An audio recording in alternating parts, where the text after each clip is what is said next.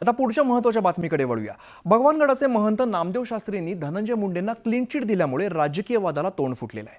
मसाजोगचे सरपंच संतोष देशमुख यांच्या हत्येनंतर विरोधकांसह काही सत्ताधारी आमदारांकडून धनंजय मुंडेंच्या मंत्रिपदाची मागणी केली जात होती।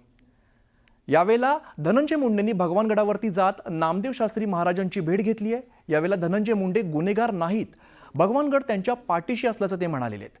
नामदेव शास्त्रींच्या या विधानावरती जोरदार टीका होऊ लागलेली आहे। पण नामदेव शास्त्रींनी वक्तव्यामागील आपली भूमिका स्पष्ट केलेली आहे। धनंजय मुंडे यांना गेल्या 53 दिवसांपासून टार्गेट करण्यात येतंय, याला केवळ मी सांत्वना दिली असं सांगत नामदेव शास्त्रींनी टीका करणाऱ्यांचा समाचार घेतलेला आहे। एका व्यक्तीवर तो 53 दिवसापासून त्याला व्यवस्थित झोप नाही आहे, त्याचं स्वास्थ्य खराब झालेलं आहे, तो आराम करण्याकरता भगवानगडावर आलेला आहे। मी त्याला सांत्वना दिलेली आणि मला ट्रोल करणं हे कोत्या बुद्धीचे लक्षण आहेत। 53 दिवसामध्ये मी इन्व्हॉल्व झालो का या प्रकरणामध्ये? मी राजकारण केलं का? किंवा मागे कधी जेव्हा झालं असेल हत्येचा सपोर्ट करतच नाही मी कधीच आयुष्यामध्ये। आम्ही वैष्णव लोक आहेत, जर साधं जीवन जगतो आम्ही, कोण हत्येचा सपोर्ट करायला मोकळं याच्यामध्ये? जी अवस्था 53 दिवसापासून धनंजय मुंडेची झालेली आहे ती एकाला सगळ्या लोकांनी कोंडीत पकडलेले आहेत, त्याला एकाने आशीर्वाद देऊन त्याचा गदारोळ करणं हे प्युअर राजकारण आहे।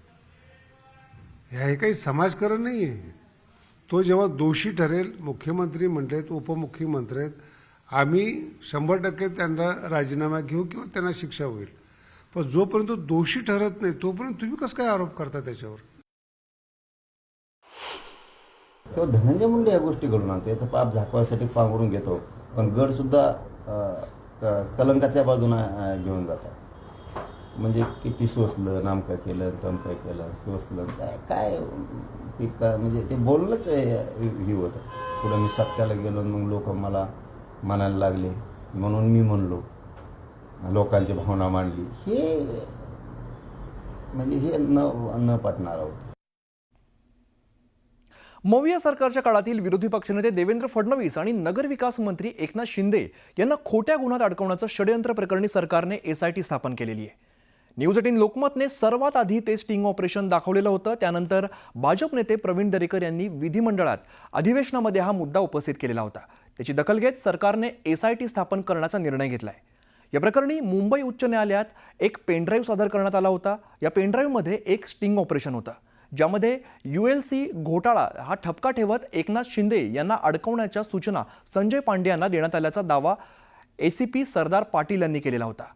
दरम्यान आता पोलीस सहआयुक्त सत्यनारायण चौधरींच्या अध्यक्षतेखाली ही SIT स्थापन करण्यात आलेली आहे। याबाबत शासनाचा अधिकृत आदेश जारी करण्यात आलाय। या समितीत पोलीस उपमहानिरीक्षक राजीव जैन, पोलीस उपायुक्त नवनाथ ढवळे, सहाय्यक पोलीस आयुक्त जादिकराव पोळ यांचा समावेश आहे। दरम्यान यावरून आता राजकीय आरोप प्रत्यारोपांच्या फैरी झडू लागलेल्या आहेत।